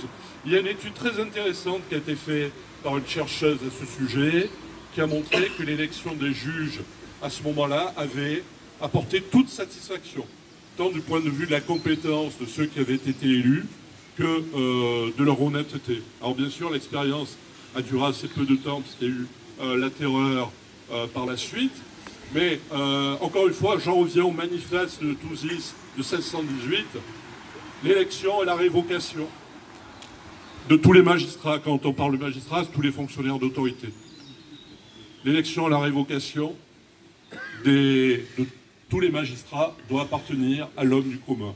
C'est mon point de vue, peut-être parce que je manifeste une certaine naïveté de ce point de vue, mais je crois qu'il y a des exemples historiques qui montrent que ça peut éventuellement marcher. Ok. Alors, je voudrais juste un mot sur l'engagement citoyen. Après, voilà. Je voudrais vous raconter une petite anecdote. Au pénal, là, au correctionnel. Je me suis retrouvée au correctionnel. J'ai eu l'honneur et la fierté de défendre Nicole Brien. Je ne sais pas si parmi vous, certains la connaissent. Nicole Brien, elle est militante ATTAC. Elle est agrégée de lettres. Elle était directrice d'un établissement d'enseignement. C'est une femme formidable. ATTAC lance une opération, vous savez, contre l'évasion fiscale. Et elle fait partie de ces mouvements militants qui débarquaient dans les banques et qui piquaient les sièges. C'était, vous savez, pour faire écho aux faucheurs d'OGM, eux, c'était les faucheurs de sièges. Et Nicole, donc retraitée, enfin voilà, petite mamie tranquille et très militante, se retrouve en correctionnel pour vol aggravé, vol en réunion. Elle est poursuivie dans le cadre de son action militante pour vol en réunion. Bien évidemment que face au procureur, la première chose que nous plaidons, c'est le lanceur d'alerte. Elle n'a pas piqué les chaises pour en avoir un peu plus chez elle, Nicole. Elle n'a pas du tout, voilà. Et l'idée, c'était ça, c'était de dire, mais Nicole, elle est citoyenne, elle est engagée, elle est contre l'évasion fiscale, et elle fait ce qu'elle faut pour attirer l'attention sur cette évasion fiscale. Et vous devez la considérer comme une lanceur d'alerte. Vous devez la relaxer parce qu'elle agit dans l'intérêt général. Si elle fait ça, c'est parce que votre greffier n'a pas de quoi s'acheter un stylo. Il est obligé, sur ses deniers propres, d'aller s'acheter ses stylos. Elle défend le service public. Et quand elle défend le service public, elle défend les citoyens. Vous savez ce qu'a répondu le procureur? Oh ben non, tout le monde sait que la BNP fraude le fisc. De fait, ce n'est pas une lanceur d'alerte. On ne peut pas la considérer comme telle parce que, Monsieur le Président, tout le monde sait que la BNP fraude le fisc. C'est ça la réponse. C'est là où le travers de la justice, effectivement, moi, quand elle résonne comme ça, elle ne peut pas être rempart à la démocratie. Elle ne peut pas, dans ces conditions, être le dernier rempart de la démocratie. Le dernier rempart de la démocratie, c'est Nicole. C'est ça l'important. Et si j'avais un message à faire passer aujourd'hui, ce serait ça. Engagez-vous. Au-delà de vos combats, au-delà de la répression que vous avez subie, et j'entends votre colère d'avoir subi cette répression extraordinaire. Moi, je n'irai pas dire jusqu'à d'exception, parce qu'il n'y a pas eu de loi d'exception pour juger les gilets jaunes, mais au-delà de ça, engagez-vous dans vos projets solidaires qui font vivre la démocratie et qui défendent le service public. Merci.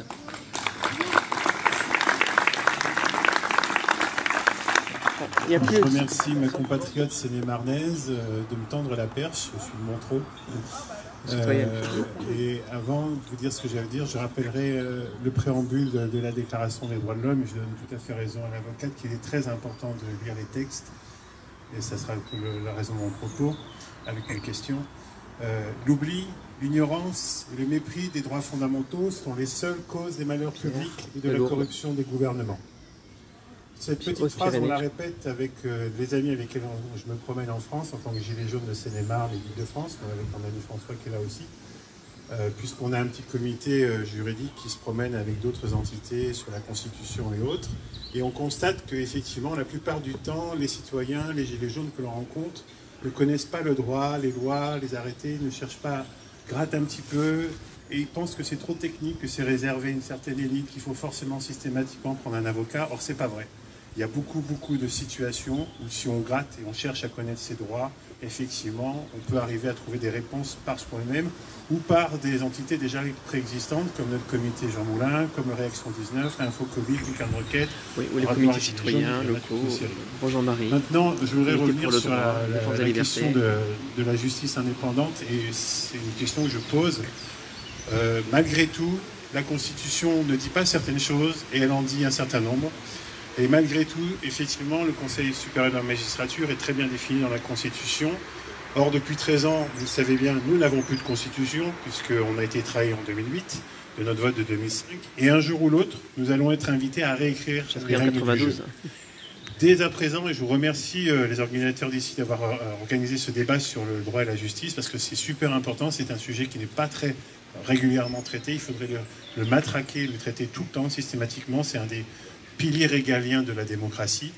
Nous devons nous approprier, comme a dit ma compatriote de Seine-et-Marne, nous devons nous réapproprier le droit. N'oublions pas que la justice doit être rendue au nom du peuple et non plus au nom du roi. Donc, est-ce qu'il ne serait pas temps de lancer un vrai débat, une vraie réflexion, et pas les états généraux de Macrotte, sur la justice, et définir tout de suite et dès à présent ce que nous voulons et ce que nous ne voulons pas, nommer, élire des juges, comment on fait pour ceux qui sont d'assises, etc. Voilà, c'est une réflexion, une invitation que je vous pose, parce que le moment venu, il y en aura un, il ne faut pas en douter, nous allons réécrire la Constitution, et ce n'est pas d'autres personnes que le peuple qui doit réécrire cette Constitution. Voilà, merci.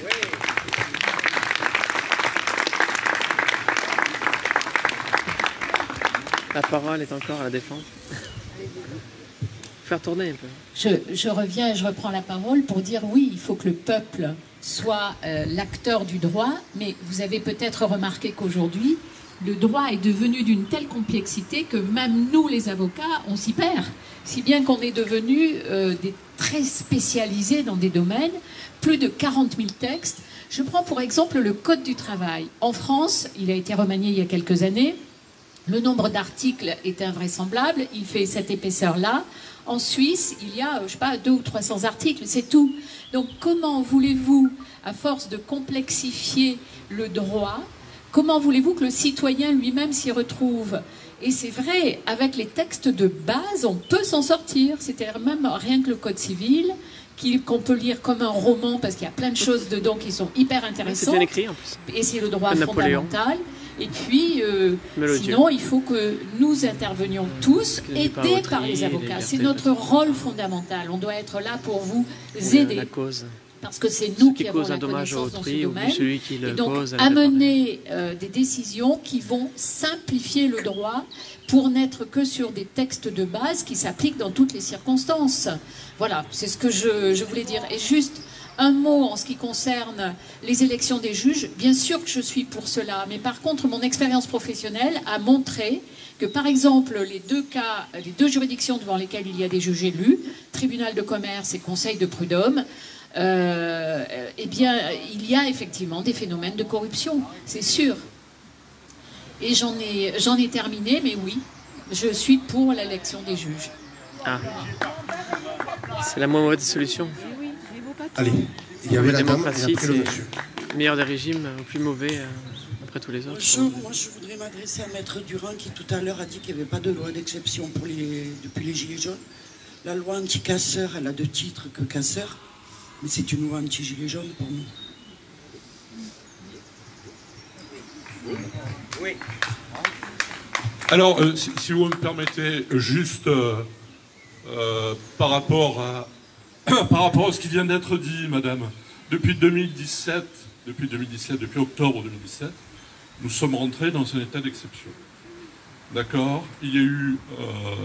D'abord, on a fait passer dans le droit commun, même si c'est de façon provisoire, mais j'imagine que cela va être renouvelé d'ici peu. On a fait passer des éléments de l'état d'urgence antiterroriste dans le droit commun. Vous avez parlé de la loi dite anti-casseurs, de sinistre mémoire, puisqu'il y a eu une loi anti-casseurs bien avant, hein, la loi Marcellin, comme on l'appelait aussi. Et puis, évidemment, il y a l'état d'urgence sanitaire. Et quelle que soit la position que l'on peut avoir vis-à-vis du vaccin, du masque, etc., pour moi, il ne fait pas de doute que des éléments de cet état d'urgence sont passés aussi dans le droit. Donc, en fait, nous allons vivre dans un état d'exception, non seulement prolongé, mais indéfini. Et c'est ce qu'on appelle, normalement, même pas une dictature, parce que la dictature, ça existait, c'est institutionnalisé par les Romains. La dictature, c'est un état d'exception qui devait durer 6 mois, d'accord? Et le dictateur, qui était un consul et qui était chargé, qui avait les pleins pouvoirs, devait ensuite rendre compte de ce qu'il avait fait. Et nous ne sommes pas du tout dans cette situation. C'est un état d'exception indéfini dans lequel nous allons vivre, un totalitarisme doux, comme l'appelle Michel Maffezoli, ou un totalitarisme mou. Et évidemment, il n'a pas la brutalité des fascismes ou des communismes, mais c'est un état d'exception permanent dans lequel nous allons vivre, et nous vivons des gens partis. Ils vont faire ça en catimini. Oui. Bonjour. Refaites-le un peu, Je voulais vous poser une question tout à l'heure. Vous avez dit que donc l'élection c'était pratiquement systématiquement du vol. Est-ce que c'est pas aussi parce que les gens qui élisent, ce sont eux les responsables? Je veux dire, est-ce qu'on pourrait pas imaginer que les personnes qui vont décider, ce soient des collectifs d'avocats et de juges qui, eux, se choisissent entre eux à la limite, mais après qui, eux, décident de qui va pouvoir représenter la justice, et pas une personne seule. Je veux dire, le ministre de la Justice, pour moi, il sert à rien, ce type. Il ne sert à rien.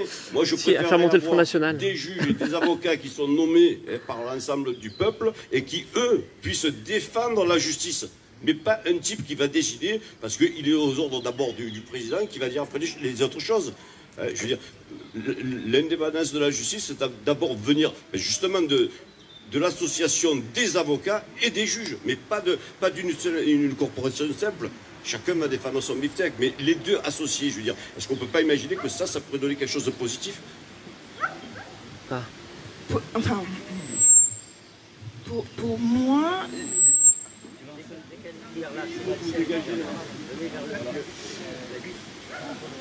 Je pense que, pour moi, je vais vous faire un parallèle avec les lois de décentralisation. Je vais vous faire le parallèle avec les pouvoirs qui ont été donnés aux élus locaux. 82, première loi de décentralisation, l'État décide en fait de donner, à partir de là, beaucoup plus de pouvoir aux maires, à ses conseillers municipaux, etc. Et aujourd'hui,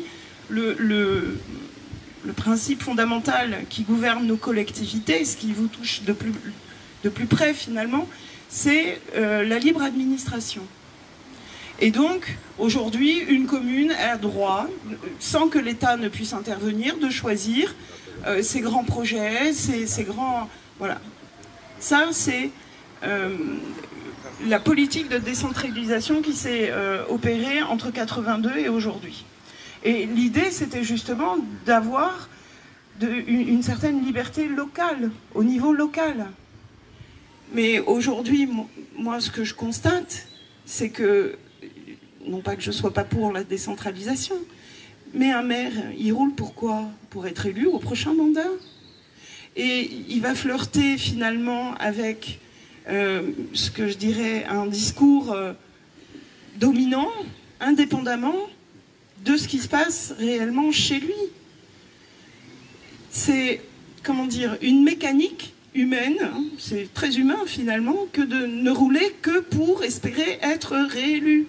Et c'est comme ça, moi, que je me retrouve à combattre des décisions de maire qui, vraiment, s'affichent avec les gilets jaunes sur le rond-point, montrent tout leur soutien aux gilets jaunes, au mouvement gilets jaunes, etc., et qui prennent des décisions contre leur agent public, qui aggrave dont les 3 tiers, la totalité, sont des gilets jaunes en soins, et qui les précarisent. Il a augmenté les restrictions sur les masques. Donc, moi, je veux bien un peu plus de liberté, d'élection, etc. Encore faut-il que ceux qu'on élise soient honnêtes et que vous en ayez la certitude. C'est-à-dire que, encore une fois, lorsque vous avez un maire qui prend des décisions, qui précarise ses agents publics, et en même temps qui va se photographier sur les ronds-points avec les gilets jaunes, moi je me demande où est la justice là. La morale. Et la morale, n'en parlons pas. Comment? Non, il n'y a personne. Eh ben non, c'est la libre administration. Il n'y a personne, il n'y a personne. Et aujourd'hui, au-delà de ce que vous pouvez imaginer vivre au niveau local, sur les règles qu'on va vous imposer en matière d'aménagement, d'écologie, d'environnement, d'urbanisme, etc., ben, vous constaterez que finalement, ce qui domine aujourd'hui le maire, lorsque nous, au niveau local, ce qui nous importe le plus d'avoir, quand on est en recherche d'une décision pour notre vie au niveau du village, c'est pas finalement le maire qui décide, c'est des gens en intercommunalité qui décident pour lui. Et non, mais moi, je tiens un discours juridique. On ne comprend plus rien. Mais le maire, il n'est pas tenu par une autorité au-dessus de lui. Il est tenu politiquement. Ou quand on lui dit, bon écoute, tu vas faire ça, parce que sinon tu n'auras pas tes financements pour telle ou telle extension de réseau dans ton village. Ben, c'est ça qui amène l'élection. L'élection, ça n'amène toujours que des travers politiques, des négociations qui, a priori, sont toujours pour le mandat qu'on vise la fois d'après. Alors, si vous me permettez d'intervenir, ma consoeur a parfaitement raison. La loi de décentralisation a créé des féodalités locales. Le problème, c'est que nous n'avons pas de démocratie directe au niveau local. C'est qu'il n'y a pas de pouvoir de révocation possible au niveau local. Je veux dire, il faut vraiment penser à l'existence d'un pouvoir populaire, à tous les niveaux. Alors, c'est une revendication des Gilets jaunes.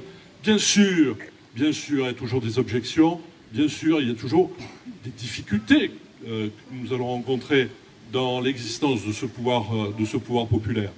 Mais l'élection en soi ne suffit pas. Il faut un pouvoir de révocation qui soit possible, et il faut un pouvoir référendaire possible, au niveau local aussi. Voilà, c'est ça la démocratie. Parce que le gouvernement représentatif n'est pas un gouvernement démocratique. D'ailleurs, la BCIS, en 1789, l'a précisé devant l'Assemblée constituante. Le gouvernement représentatif, c'est le contraire d'un gouvernement démocratique. Nous sommes dans cette logique de gouvernement représentatif, et encore, nous sommes sortis de cette logique parce qu'il n'existe plus en France de pouvoir législatif depuis la réforme Sarkozy et depuis le fait que, depuis la réforme Sarkozy, le président de la République est élu en premier, l'Assemblée nationale immédiatement après. Ce qui fait que l'Assemblée nationale est automatiquement aux ordres du président de la République. Donc nous ne sommes même plus dans un gouvernement représentatif. D'accord, au sens classique du terme, avec un pouvoir législatif, un pouvoir exécutif et une autorité judiciaire. Voilà, nous en sommes sortis. Merci. Donc il y a encore 2 questions et puis après ça sera la fin malheureusement. Ah, oula. Alors moi, j'ai une question très naïve parce que je m'y connais pas très bien en justice. Donc je sais pas comment sont nommés les juges. Et là, il y a un débat sur ils devraient être élus par le peuple, etc. Et je comprends tout à fait les limites parce qu'on a aussi élu Macron, entre guillemets. Donc on voit tout de suite qu'il est élu par défaut. Ça peut amener à des choses problématiques et je comprends tout à fait ça. Hein. Et en plus, derrière, ils veulent être réélus, c'est un très bon argument. Mais du coup, quel est le système actuel? Ça, je ne le sais pas du tout. Comment ça fonctionne? Et quelles sont ses limites aussi? On a passé 1 heure à le dire. Ses avantages. Bon, et moi-même, j'ai été confronté à pas mal de poursuites judiciaires. Et j'ai donc découvert l'existence d'un défenseur des droits, par exemple. Et je pense qu'il faut réfléchir au contre-pouvoir, aux choses qu'il y a au-dessus. Jacques Toubon, la deuxième question, c'est qu'est-ce qu'il existe comme député RPR, qui était pour la peine de mort. Justice, si jamais c'est Hollande qui l'a nommé en plus. On considère qu'il a été injuste avec nous, entre guillemets. Qu'est-ce qu'on peut faire quand saisir le défenseur des droits, etc. Moi, par exemple, j'ai essayé de saisir le défenseur des droits. Il m'a donné 3 rendez-vous, il m'a mis 3 lapins. Tout le monde met des lapins à l'Axam. Bon, même Fouché.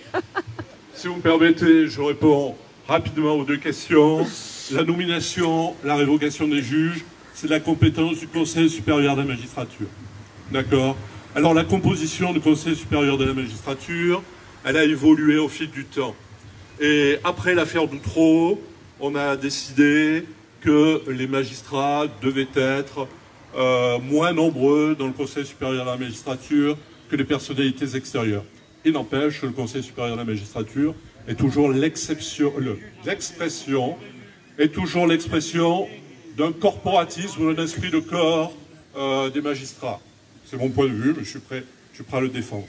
Deuxièmement, l'un des principaux problèmes quand même de la magistrature, des juges, c'est qu'ils sont irresponsables. Irresponsables. Si un juge est corrompu et il n'est pas besoin d'être élu pour avoir des juges corrompus, je peux vous le dire, si vous avez un juge corrompu ou un juge qui a jugé vraiment contre le droit, et vous ne pouvez pas mettre en cause sa responsabilité personnelle. Éventuellement, vous pouvez saisir le Conseil supérieur de la magistrature, ce qui est possible depuis relativement peu de temps, pour des sanctions disciplinaires, mais vous ne pouvez pas mettre en cause sa responsabilité personnelle. Et à mon avis, l'une des premières réformes qu'il faudrait faire, c'est rendre les juges responsables sur leurs deniers personnels. Nous, avocats, si nous faisons des erreurs, ben les clients ils peuvent venir nous rechercher devant les tribunaux, et c'est les magistrats qui vont nous juger. D'accord? Mais les juges, qui va juger les juges? Personne. Alors, si vous permettez, je vais compléter le propos et essayer autant que possible de répondre à votre question. Les magistrats suivent l'école nationale de magistrature. Quand ils en sortent, ils en deviennent fonctionnaires. Et c'est l'État, précisément pour éviter la corruption, qui leur assure un salaire suffisant. Une petite question à notre ami Francis. De sorte qu'ils restent impartiaux. Ça, c'est vraiment le...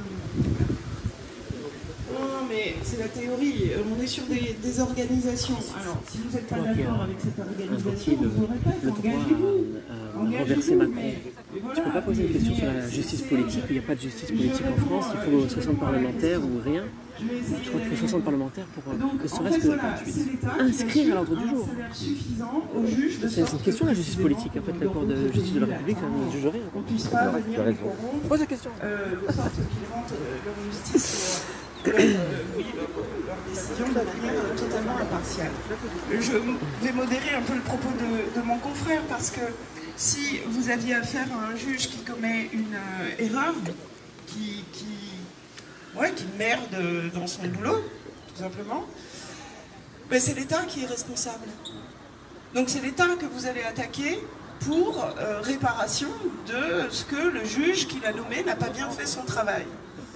Et toujours dans ce souci de protéger l'institution judiciaire et le juge de la vox populi, en quelque sorte, c'est l'État, lorsqu'il est condamné pour avoir, par rapport à des décisions de justice qui ne sont pas normales ou contestables ou qui ont fait grief, c'est l'État qui va se retourner contre le juge. On appelle ça l'action récursoire. C'est une action récursoire. Donc le juge, il ne reste pas impuni. Il est révoqué par celui qui l'a nommé. C'est aussi simple que ça. Il y a une action récursoire dans les mains de l'État qui fait qu'il peut se retourner, mais ça, c'est vrai pour les juges, c'est vrai pour n'importe quel fonctionnaire de l'État qui vous ferait grief dans l'exercice de ses fonctions. Vous vous attaquez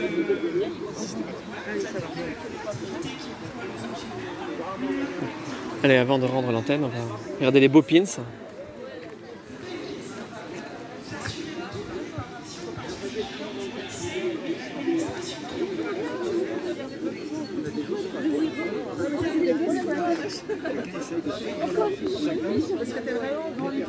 Il essaie de trouver une solution convergente.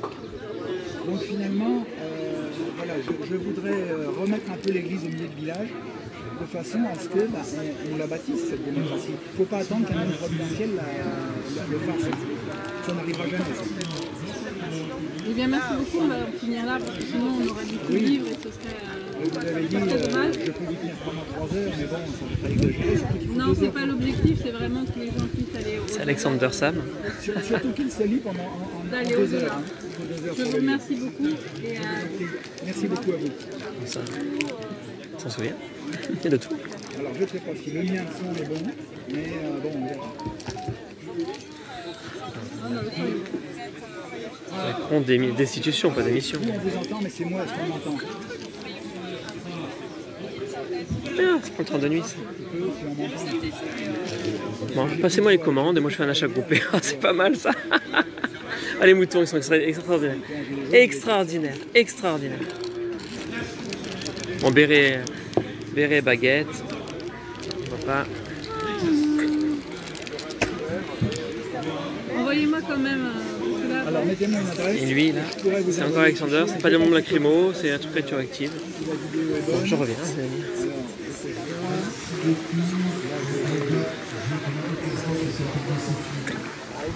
C'est pas du bruit, c'est fini.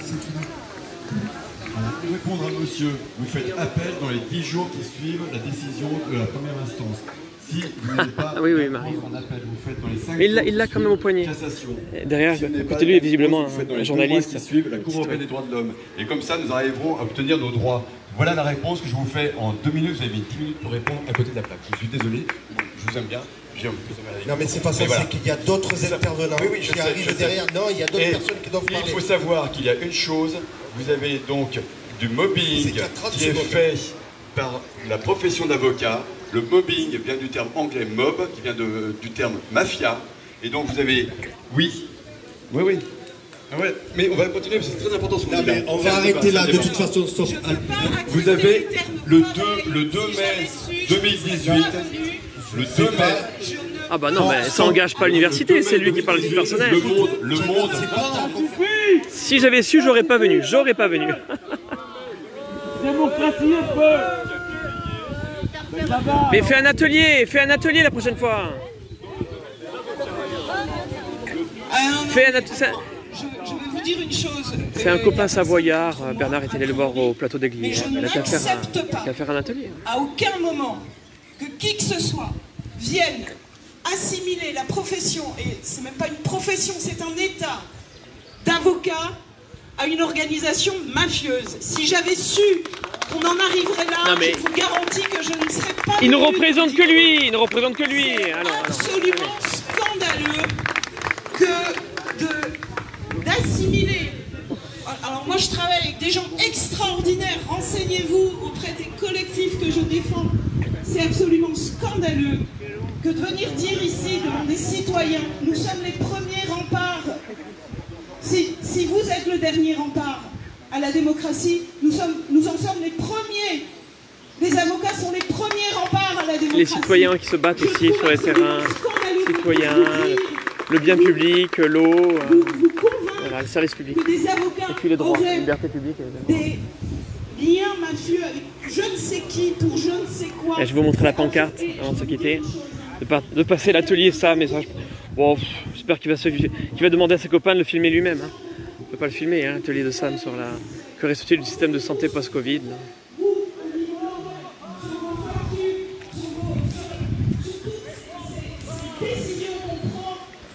Indolores que vous ne voyez pas et qui remettent en cause nos libertés et nos droits.